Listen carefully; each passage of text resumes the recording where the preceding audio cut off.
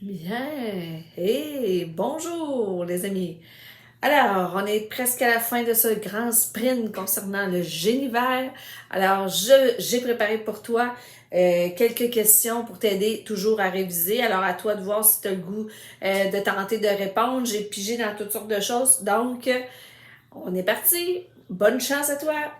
Alors, on commence par la page 3, donc qui est l'introduction du magazine. C'est parti. Quelle est la définition de consommer? Quelle est la définition de consommer?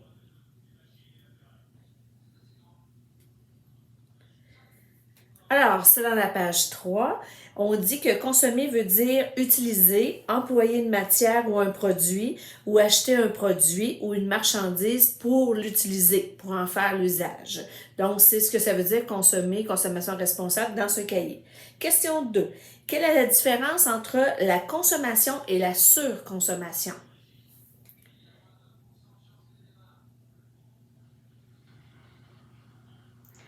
Alors, la différence entre la consommation et la surconsommation, c'est que la consommation, ce n'est pas un problème puisque c'est nécessaire pour combler nos besoins, alors que la surconsommation, ben là, on tombe dans acheter des choses qui ne sont pas vraiment utiles, qui sont superflues. Numéro 3. Nomme 3 choses pour lesquelles un humain doit absolument consommer.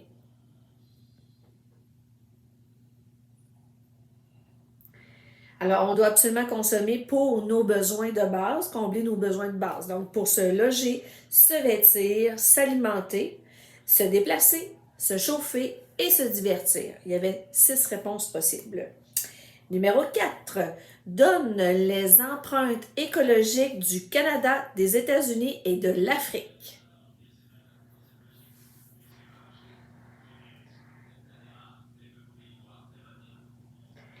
Alors, l'empreinte écologique du Canada, c'est 7,6 hectares par habitant.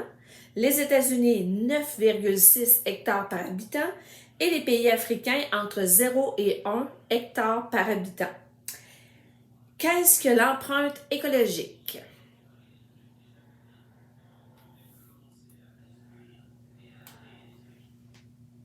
L'empreinte écologique, c'est la mesure de la quantité de ressources naturelles qu'un humain utilise dans son quotidien et c'est mesuré en hectares par habitant.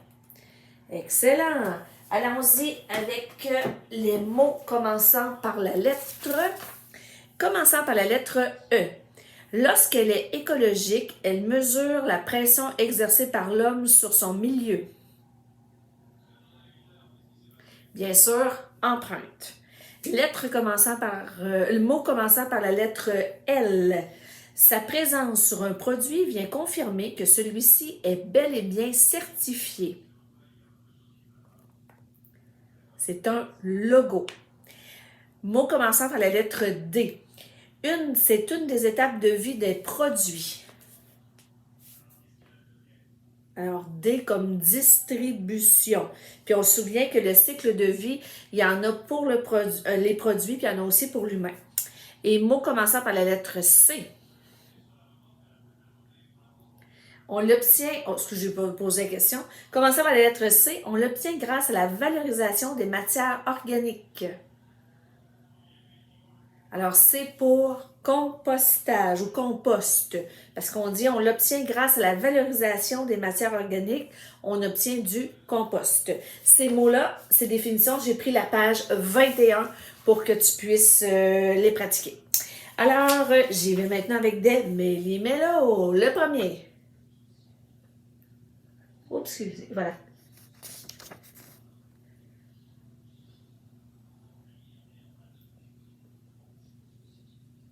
Alors, le premier, c'est désir.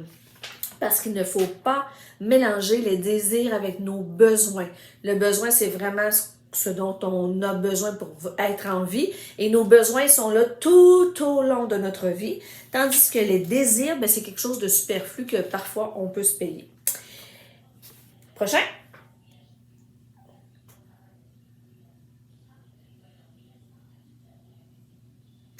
Alors, le prochain, c'était le mot sécurité. C'est un des besoins de sécurité. Prochain méli-mélo.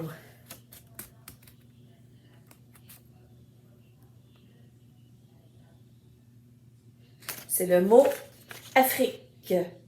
Alors, on se souvient que les gens de l'Europe et de l'Amérique envoyaient leurs déchets vers l'Afrique. Hein, ils faisaient de l'argent avec ça, les Africains. Ils achetaient les déchets et les entreposaient. Fait que là, les gens ont dit ça n'a pas de bon sens. Et là, on a signé la convention de Bâle pour ne plus que ça arrive. Je reviens aux questions. On y va. Complète la phrase suivante. Plus l'empreinte écologique d'un pays ou d'un humain est importante, plus... Je répète, plus l'empreinte écologique d'un pays ou d'un humain est importante, plus... Qu'est-ce qui arrive à ce moment-là? Bien, c'est plus il exploite la planète pour satisfaire ses besoins, mais aussi ses désirs. Alors, plus l'empreinte écologique est importante, plus il exploite la planète. Fait que là, il faut comme descendre notre empreinte écologique. Question suivante. Qu'est-ce que ça veut dire périmer? Périmer. Comme un aliment périmé, par exemple. Alors, ça veut dire passer date, périmé.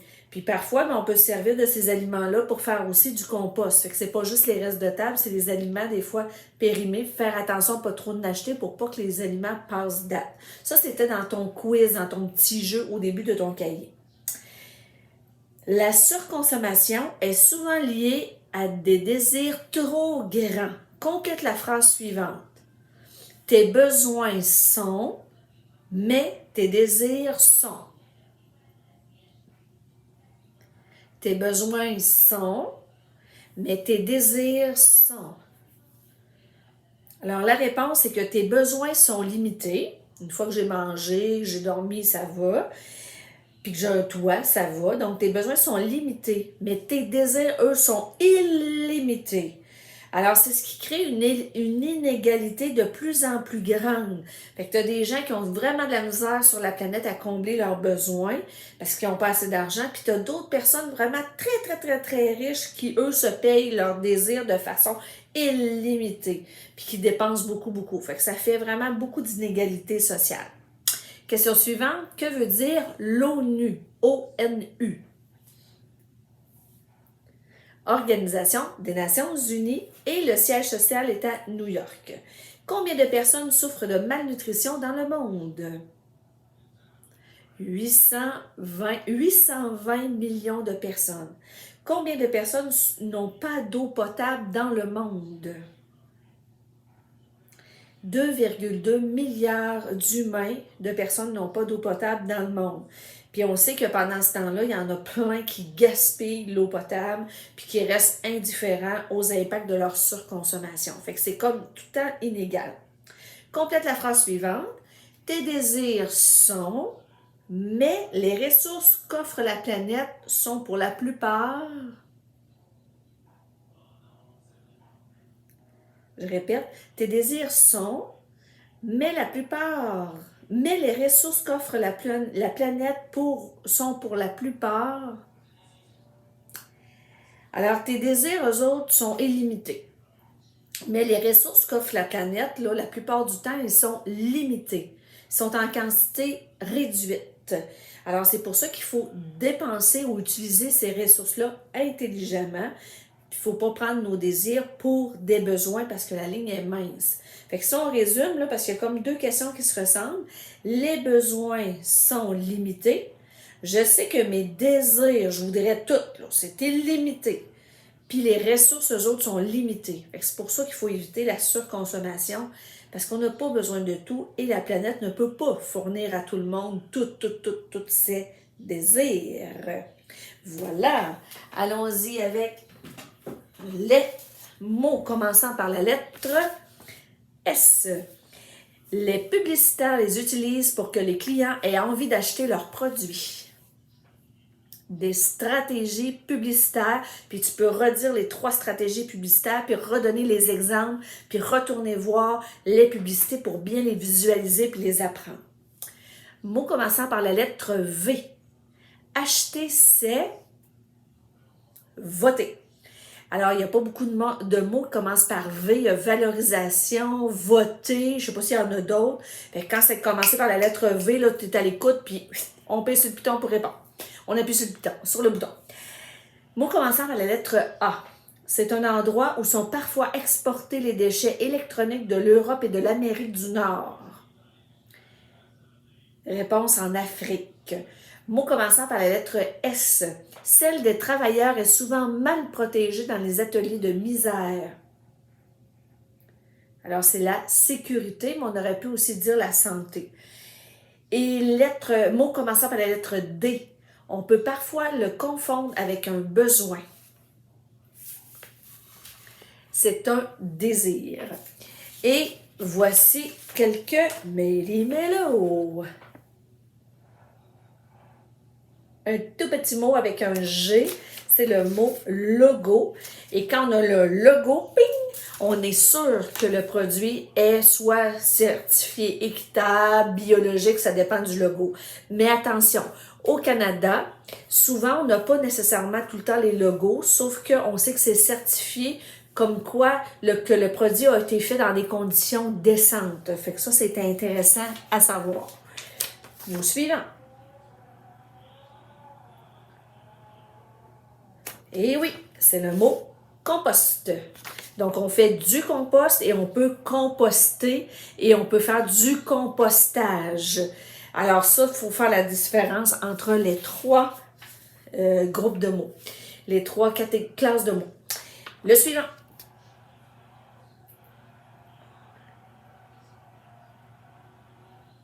Il y a des T, des G. Alors, le G, stratégie. Dans ce cas-ci, stratégie. C'est ce qui met fin à cette partie. On lâche pas.